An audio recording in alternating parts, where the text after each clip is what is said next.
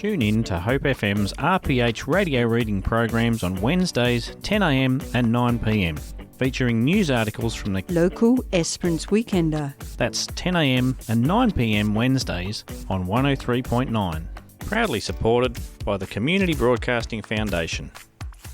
Esperance Weekender, Friday, 4th of August 2023, page 1. Weekend Netball Thrills. Photo courtesy of Prathamesh Deshpande. Esperance hosted netball's major event for WA South Coast this year. In the Great Southern Championship, 2 Esperance teams found themselves competing against each other in the grand final of the Open Division 1. Here we see Riley Major and Lily Dalton before a home crowd at the Esperance Indoor Stadium on Sunday. More on pages 18 and 19. Esperance Weekender, Friday, 4th of August 2023, page 2. Photo of the Week. For Photo of the Week, Tom Atkins sent in this snap of 18-month-old Shih Tzu dog Cuddles Atkins showing how to enjoy the long, cold, wet winter evenings in Esperance. Email your high-resolution photos of local scenes to editor@esperanceweekender.com.au for publication. Photo of the Month winner. The July Photo of the Month winner is Lorianne Scheibisch for her pick, Lake Warden at Sunrise. She wins a $100 voucher from Retrovision Homeware section. Send your photos to editor@esperanceweekender.com.au and you too could be in the running to win $100 worth of dinner sets, wine glasses, pots and pans, cheese boards, candles, etc. Photo of the Month competition. Send your photos to editor@esperanceweekender.com.au to be in the running to win the Photo of the Month. If your photo gets printed in the paper, we at the Esperance Weekender will choose the best one for the month and you will win a $100 voucher from Retrovision Esperance to spend in their homeware section. This includes dinner sets, wine glasses, pots and pans, cheese boards, candles, etc. No electrical items. Retrovision. Esperance Weekender, Friday the 4th of August 2023, page 3, News. New Shire rates announced by Jeff Vivian, read by Monica. Esperance Shire Council has voted to increase property rates for the coming financial year. On Tuesday morning, councillors voted to put rates up 6.5% for town properties, gross rental value or GRV, and 8% for most rural properties, unimproved value or UV. Residential, commercial, industrial and vacant land will therefore be charged 11.481 cents in the dollar based on GRV. Rural land will attract a rate of 0.439 cents in the dollar based on UV. The minimum GRV rate will be $1,356 and the minimum UV rate $1,375. Shire President Ian Mickle said with continued rising costs and council conviction that the community did not want Shire services cut, this was a balanced outcome. Every budget is a hard budget because you'd like to be able to do more work with the same amount of money, he said. Council voted the changes in while adopting the Shire budget for the coming financial year. Mr Mickle said Council was proud of the work put in. We've trod a fine line between what we need to achieve while minimising impact on our community, he said. It lays out planning for what we need to achieve in the next few years. This included airport runway upgrade, the Wiley Bay Waste Facility to be decommissioned, and the major project to replace this with the Myrup Waste Management Facility. He also mentioned Stage 1 of the James Street precinct to replace the library and considerable road maintenance responsibilities. Rates may be paid in a lump sum or quarterly instalments, and there is no increase in fees and allowances to be paid to the Shire President and councillors. There is a photo with this article. It shows the Shire Council office. Also on page 3, correction. In our last edition, Boulevard Shoppers Urged to Complain, July 28th, we reported public complaints to 2 councillors about the Boulevard Shopping Centre car park. Keevil's Furniture have informed us they own the 121 parking bays located to the west of the main entrance, which they maintain themselves. The article referred to complaints about the eastern portion of car park owned by property development and funds management company Charter Hall, which is Australia's largest. If you've just tuned in to 103.9 Hope FM, you're listening to our RPH Radio Reading Hour. This program is produced with the support of the Community Broadcasting Foundation. Esperance Weekender, Friday the 4th of August 2023, page 4. Truck driver rescued after rollover by Prathamesh Deshpande and read by Kathy. Emergency workers had to remove an injured truck driver from his vehicle after he rolled with a full load of fertiliser on Cascade Road. Esperance Police and Emergency Services rescued the 40-year-old Esperance man on Wednesday afternoon last week. Acting Senior Sergeant Rachel Rawlins said he had been trapped inside his truck. The driver was assisted by nearby residents and emergency services, including St John Ambulance, the Department of Fire and Emergency Services and police, she said. Acting Senior Sergeant Rawlins said the driver, who was the sole occupant of the truck, was removed from it with suspected broken ribs and possible internal injuries. She said he was taken to Esperance Health Campus for treatment. Acting Senior Sergeant Rawlins said Cascade Road was closed between Clare Road and Edwards Road on Thursday last week. She said the Shire of Esperance was to clear the road of debris and 50,000 litres of fertiliser during daylight hours, after which the road was expected to be reopened. Acting Senior Sergeant Rawlins said investigations into the cause of the crash were ongoing. Esperance Weekender, Friday the 4th of August 2023, page 5, News. Dalyrack Rangers tackle beach pollution. By a staff reporter, read by Monica. Esperance Dalyrack Rangers have been working to clean up an estimated 2.5 tonnes of marine debris in the form of a giant net washed up on 10 Mile Beach. An Esperance Dalyrack Native Title Aboriginal Corporation spokesperson said community member Michelle Crisp alerted the team on July the 13th. Young Rangers Malachi and Madison worked with senior rangers and other members of the Health Country Plan team to collect smaller parts of the net which had broken away from the main net and were spread across the beach, they posted on social media. We are now waiting for an opportunity to collect the rest which remains partly buried. Community members are discouraged from trying to remove the remaining piece of net as it's extremely large, heavy and located near the waterline.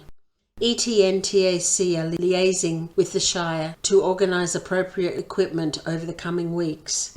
They said the senior rangers plan to reuse some of the net to create a giant sculpture.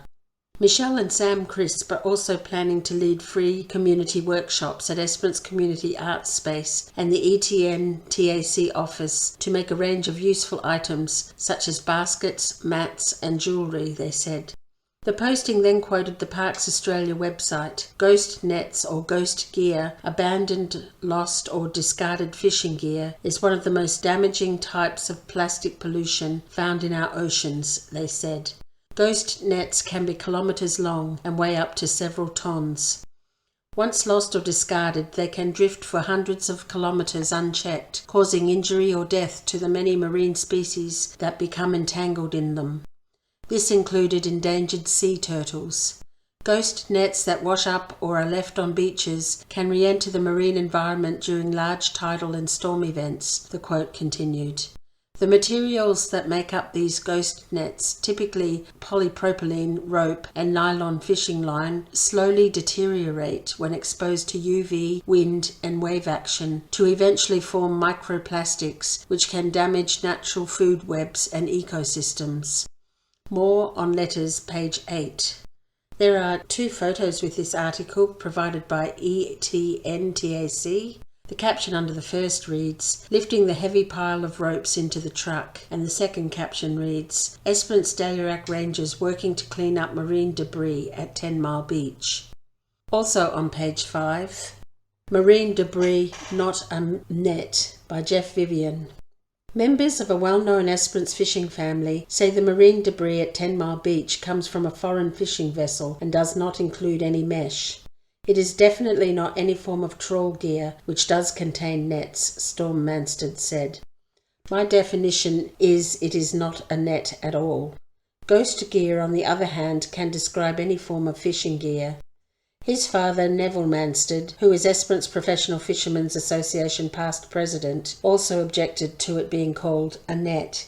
It's off a long line rope, and it's definitely off a foreign vessel, he said. It is likely to have come from one of the foreign longliners operating in the Southern Ocean. We have even got a small longline fishery closer in, and their gear is nothing like this. Neville said it cost too much money for local fishers to abandon expensive gear like this. We have got a well-regulated net fishery here, and my concern is that it will be a bad reflection, he said. People look at that and straight away they see our vessels with nets on them and they make assumptions that it could have come from us. ETN-TAC Chief Executive Peter Bednall said he didn't see what all the fuss was about. We all seem to be in furious agreement, he said. That's the terminology we used as referenced on the Parks Australia website. According to that website, ghost net is a common term for any abandoned, lost and discarded fishing gear. It can also be referred to as ghost gear or derelict fishing gear, the text continues. Ghost gear can include ropes, nets, lines, traps or any other materials used in fishing operations. The reference to the word ghost relates to the lost materials aimlessly drifting in the ocean, unchecked yet continuing to indiscriminately catch marine species, causing injury or death.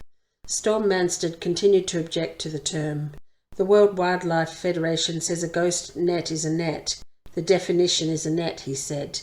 Looking at the websites from multiple conservation groups, the majority of them are saying a ghost net has to be a net.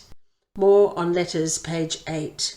There's a photo with this article provided by ETN-TAC. The caption underneath reads, "A local fishing family says the marine debris at 10 Mile Beach is from a foreign longline fishing vessel." If you've just tuned in to 103.9 Hope FM, you're listening to our RPH Radio Reading Hour. This program is produced with the support of the Community Broadcasting Foundation.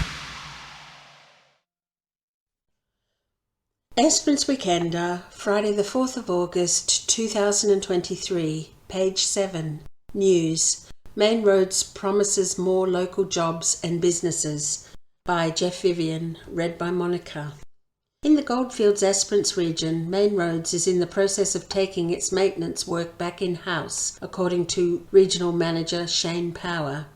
Mr. Power told a gathering of business people last week that existing contracts for maintenance work would not be renewed, but the workers involved had been offered jobs directly with Main Roads. There's been an almost 100% take-up of that. We've made 28 offers, he said. Most of those will be accepted, so for us it's great to know that we have a workforce that can carry on delivering maintenance. We'll also be able to grow internally. Mr. Power said additional project management staff jobs would be created, growing the number of Goldfields Esperance staff from about 50 to 80. He said they were implementing a political decision announced on April the 1st last year by then Premier Mark McGowan after more than 2 decades of outsourcing. Mr. Power said the Midwest and Wheatbelt regions had already rolled out the changes, and now it was Goldfields Esperance and Pilbara's turn, with in-house maintenance due to start on October the 1st. We want Main Roads back in the driver's seat so we can engage directly with our suppliers and with our contractors, he said. We certainly want to increase our spend in the local economy. Mr. Power said the contractors had done a really good job of that, and he had been involved in each generation of contracts during the outsourcing era. They've established long lists of suppliers and bought locally where they can, he said. We want to take that a step further. We want to strengthen our partnership with local suppliers and particularly with local government. We've really got to focus on trying to employ local people and particularly trying to employ local Aboriginal people. Mr. Power was speaking at the Esperance Chamber of Commerce and Industry's monthly Business After Hours Sundowner. He urged local businesses interested in main roads contracts to come forward and register an interest. He said panel contracts have been awarded for maintenance and plant, and several Esperance businesses had already been approved. There will be a 6-monthly review period where businesses can register to be on those panels, he said. It is more a registration process than a tendering process. Main Roads panel contracts work by retaining a panel of suppliers of various goods and services they are able to call upon when the work is needed. Mr. Power said Main Road's biggest region was Goldfields Esperance, with depots in Esperance, Norseman, Kaiguna, Kalgoorlie Boulder and Leonora. It services a 2,500 kilometre road network in an area bordered by Esperance, Munglanup, Southern Cross, Meekatharra, Eucla and the ocean. There are some photos with this article provided by Main Roads WA. The caption under the first reads, "Main Roads workers operating portable traffic lights." The next caption reads, "Main Roads is taking maintenance work like this back in-house." And the last caption reads, "Shane Power is WA Main Roads Regional Manager for Goldfields Esperance." That photo was provided by Jeff Vivian. Also on page 7, Tiny Road Dedicated by Jeff Vivian. Esperance Shire Council has agreed to the unusual step of dedicating a small portion of a West Beach Road Reserve as a road. It is part of the track that runs between Doust Street and the water tanks at Dempster Head, used by a property owner who wishes to expand their lot. In his report, Senior Planning Officer Richard Wilkes told Council that road access from the front would require earthworks and vegetation removal, which the owner did not wish to undertake. Instead, the proponent seeks for legal access via the Battle Axe driveway leading to Lot 1020 Doust Street, he wrote. To allow for this to occur, the dedication of a 10-metre wide by 7-metre deep portion of the Battle Axe driveway as part of the Doust Street Road Reserve is required.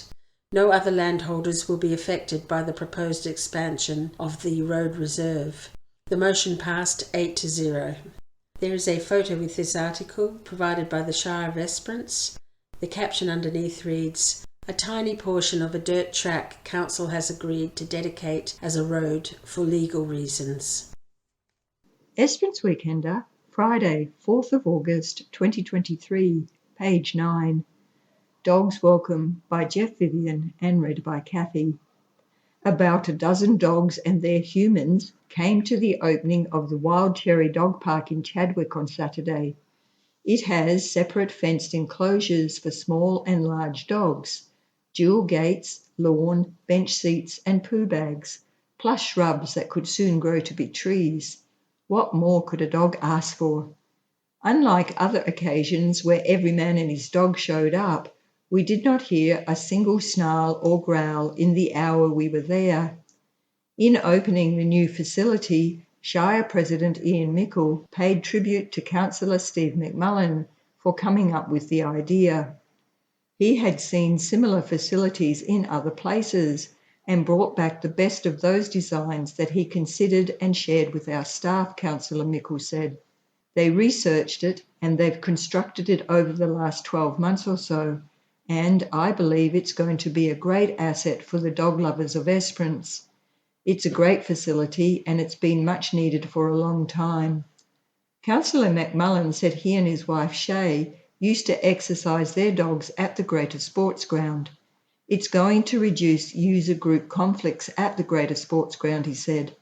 This provides a nice environment where dogs aren't just welcome, they're invited.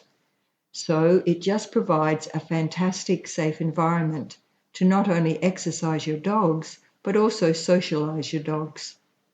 Councillor Mullen said the Wild Cherry Drainage Reserve had been a breeding ground for mosquitoes and could not be built on, but Shire workers were able to fill the swampy ground with sand.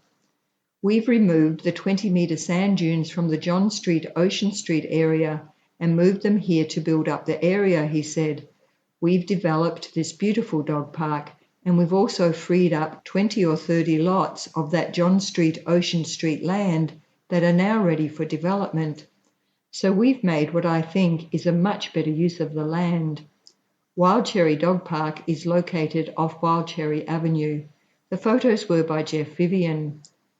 Photo 1, a place for dogs to relax. Photo 2, Councillor Steve McMullen with his wife Shay and their dogs Homer and Lisa. Photo 3, dog litter bags provided for dog visitors. Photo 4, one happy chap. Photos 5, 6 and 7. The dogs seemed delighted to meet old and new friends at the new Wild Cherry Dog Park in Chadwick last Saturday. Photo 8, Councillor Ian Mickle. Photo 9, Dog's Paradise. And Photo 10, Happy Chasing. Esperance Weekender, Friday the 4th of August 2023, page 10, Contributors. Bird in the Bush by Victoria Brown and read by Kathy. Dogs. They've got it all worked out, haven't they? At least our family Jack Russell has. He has changed the shape of our lives, our furniture, the interior of our car, and our garden beds.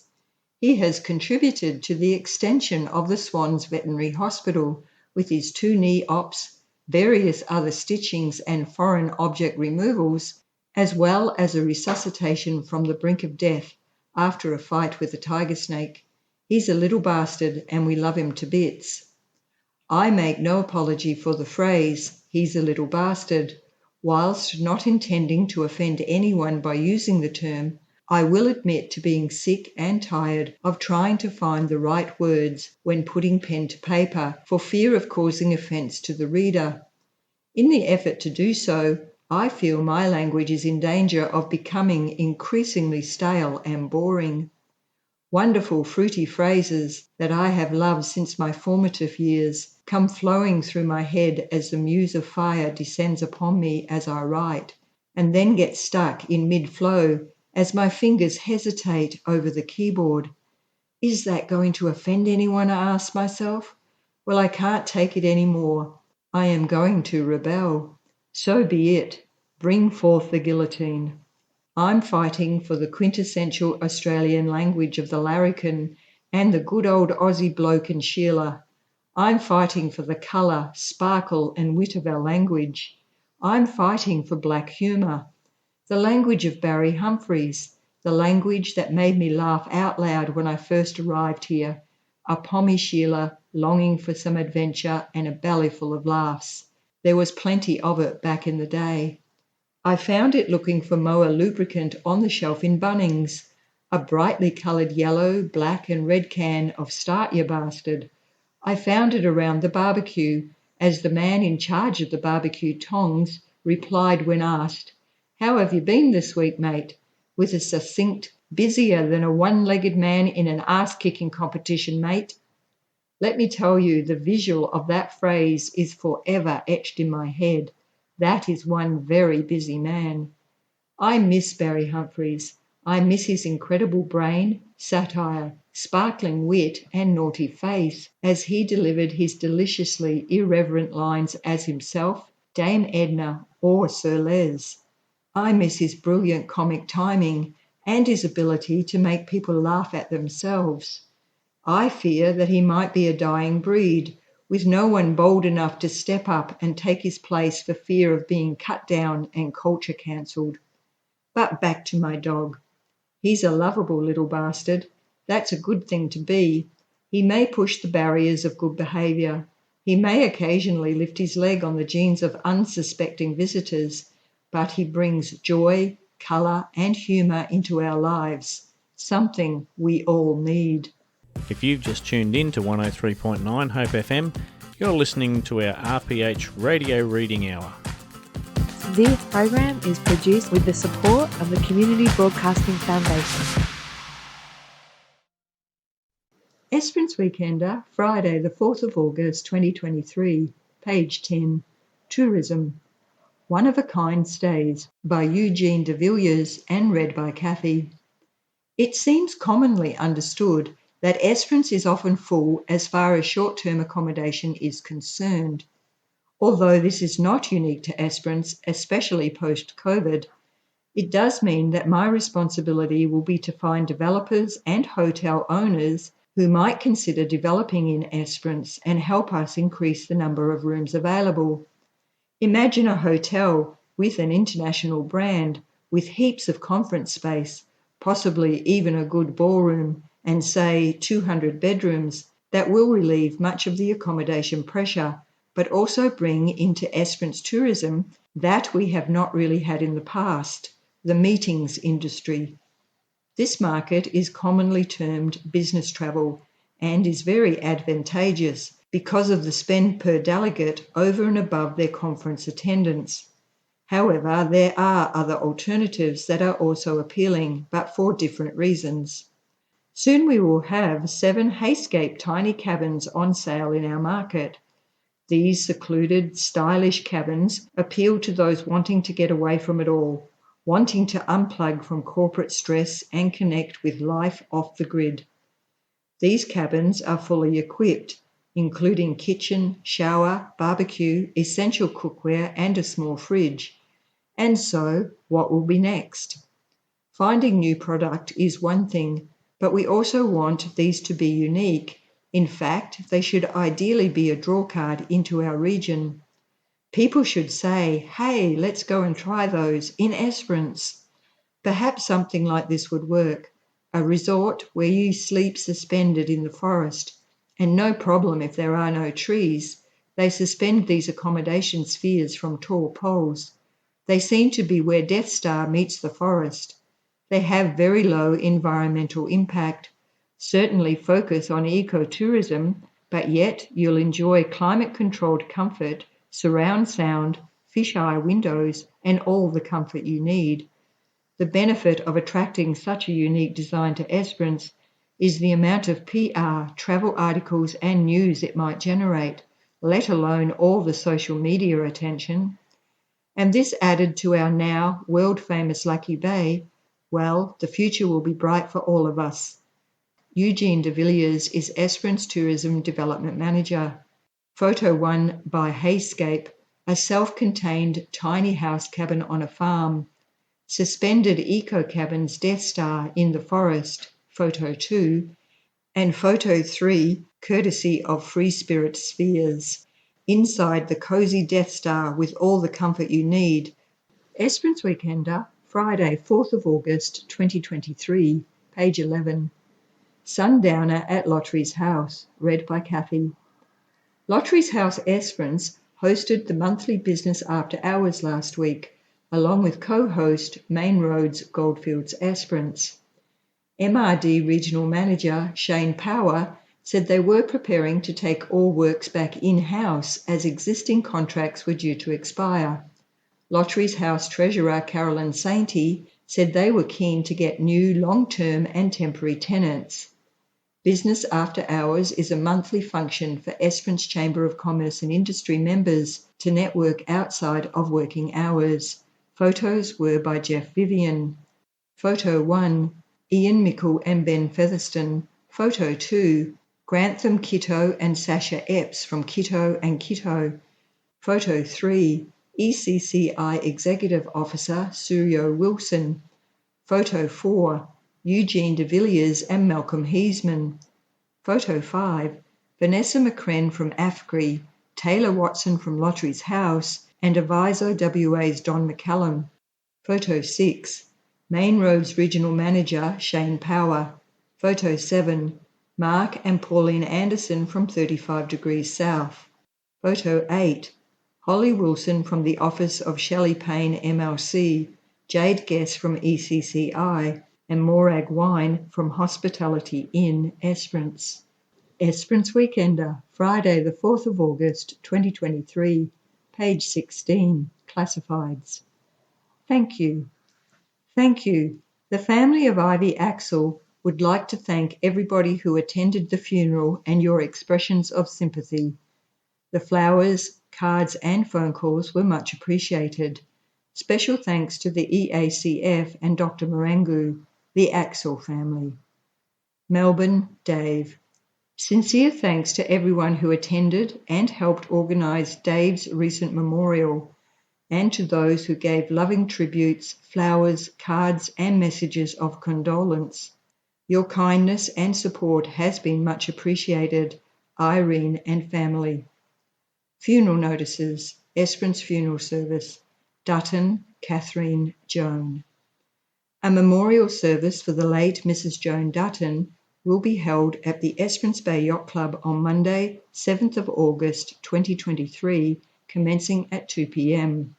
Esperance Funeral Services 0890713245 www.esperancefunerals.com.au AFDA. Esperance Funeral Service Thomas Joan Elaine. A funeral service for the late Ms. Joan Thomas will be held at the Esperance Funeral Home Chapel on Tuesday, the 8th of August 2023, commencing at 10 a.m. The cortege will then proceed to the Esperance Cemetery for interment. Esperance Funeral Services 0890713245 www.esperancefunerals.com.au AFDA. If you've just tuned in to 103.9 Hope FM, you're listening to our RPH Radio Reading Hour. This program is produced with the support of the Community Broadcasting Foundation. Esperance Weekender, Friday the 4th of August 2023, page 17, Sport. United Back on Top by Ollie Jones, read by Monica. In one of the biggest games of the season in the ECTM 12-14s League, City, sitting top of the ladder on goal difference, hosted United, who were second. Gareth Palmer's City side went into the game without Sonny Petrie and had to change the team around to compensate. United coach Steve McElroy had no such problems as United welcomed back top goal scorer Toby Parry, who immediately reminded United what they had been missing in their last game. Seizing on a stray pass in midfield, he outpaced the City defence and slotted the ball into the bottom left corner with only 46 seconds of the game elapsed. United captain Callum McElroy slowed the pace of the game, and with Michael Nugent's distribution from goal kicks, United flowed forward with endless options. Harlan Moore, Ewan McElroy and Will Jarzabek all having shots on target, but GK Bodie Swan made some outstanding saves to deny all three. City needed something, and Kurt Mumford provided the spark and linked up with Felix Pern and Xander Shipp. Shipp then found Sophie Meerman unmarked on the edge of the box. After cutting inside to shoot, Meerman was pulled to the ground, resulting in a penalty. Pern scored to make it 1-1. City was tactically well set up, playing the offside trap against the United front line, leading to a busy afternoon for linesman Grant Shipp, with United having 3 goals denied due to offside. Eventually, Parry broke the offside trap and rounded the keeper to make the score 2-1. City took a few minutes to settle back in, and Parry took advantage again, stealing in between the 2 centre-halves to seal his hat-trick.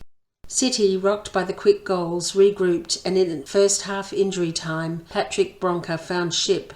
His great run and cross were tucked home by Kurt Mumford, who had started to move on the edge of his own area.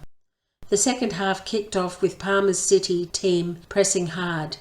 McElroy set his team up to try and catch City on the break, which led to an end-to-end game with Harlan Moore now in goal for United, and the impressive Bodie Swan in the City goal being kept busy with some excellent reaction saves. Neither team could make their possession count. Shipp saw his free kick from 25 yards out come crashing back off the crossbar. At the final whistle, United banked the game 3-2, seeing them climb back to the top of the league ladder. There are some photos with this article, provided by Derek and Michelle Clark. The caption under the first reads, 12-14's United Indiana Abbey tries to outmaneuver City's Felix Pern. The next caption reads, 9-11's Nia Posterns, Atletico and Isaac Jones Glory race for the ball. The next caption says, Tyson Walker United and Felix Pern City compete for possession in the 12-14's division. The next caption reads, Brothers Tyden for Glory and Logan Forest, TDS, jostle for position. The last caption reads, 12-14's Toby Parry, United, initiates a slide tackle against City's Daniel Palmer. Esperance Weekender, Friday, 4th of August 2023, page 18 and 19, Sport. Esperance Smashes On, by Jeff Vivian and read by Kathy. Esperance netball teams shone at the Great Southern Championship held over 3 days at the Esperance Indoor Sports Stadium, Graham Mackenzie Stadium and outdoor netball courts from Friday to Sunday. Esperance Netball Association President Fiona MacDonald said the region's associations, Albany, Denmark, Narrogin, Kojonup, Ongerup and Katanning, all participated. It was beyond my imagination how well it went, she said. It was very well received. We had lots of positive feedback and it went very smoothly. In the grand finals on Sunday, Esperance under-12s came in from second place on the ladder to win against an undefeated Denmark, 31-22. Under-14s Esperance won the grand final against an undefeated Albany, 28-25.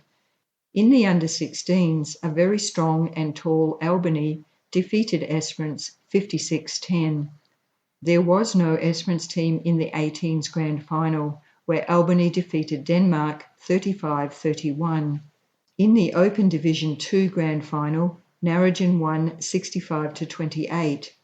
The grand final in the Open Division 1 was played between Esperance 1 and Esperance 2. Esperance 1 won 53-30. MacDonald said impressed with the facilities, Netball WA had suggested Esperance and Albany alternate hosting the event. That will be reviewed next year when we go to Albany for the competition, she said. Capacity, court-wise and accommodation-wise, it really has to be Albany or Esperance. It is as much about capacity as it is about facilities.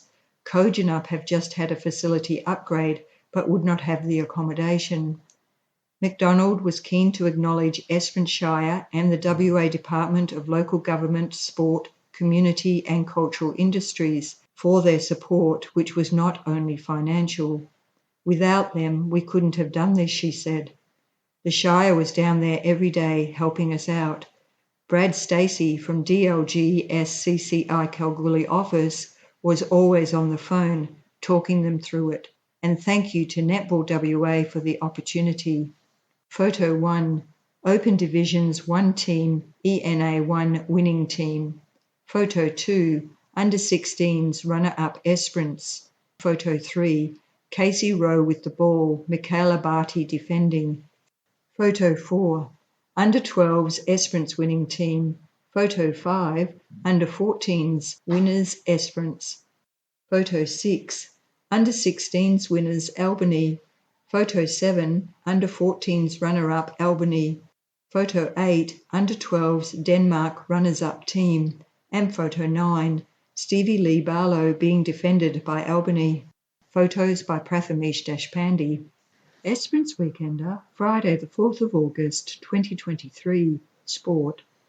Top of the Ladder Clash by Jeff Vivian and read by Kathy. Sam Franzoni played his 100th game for the Bulldogs on Saturday at Esperance Oval, and Gibson coach Callum McFarlane paid tribute to the rival team captain.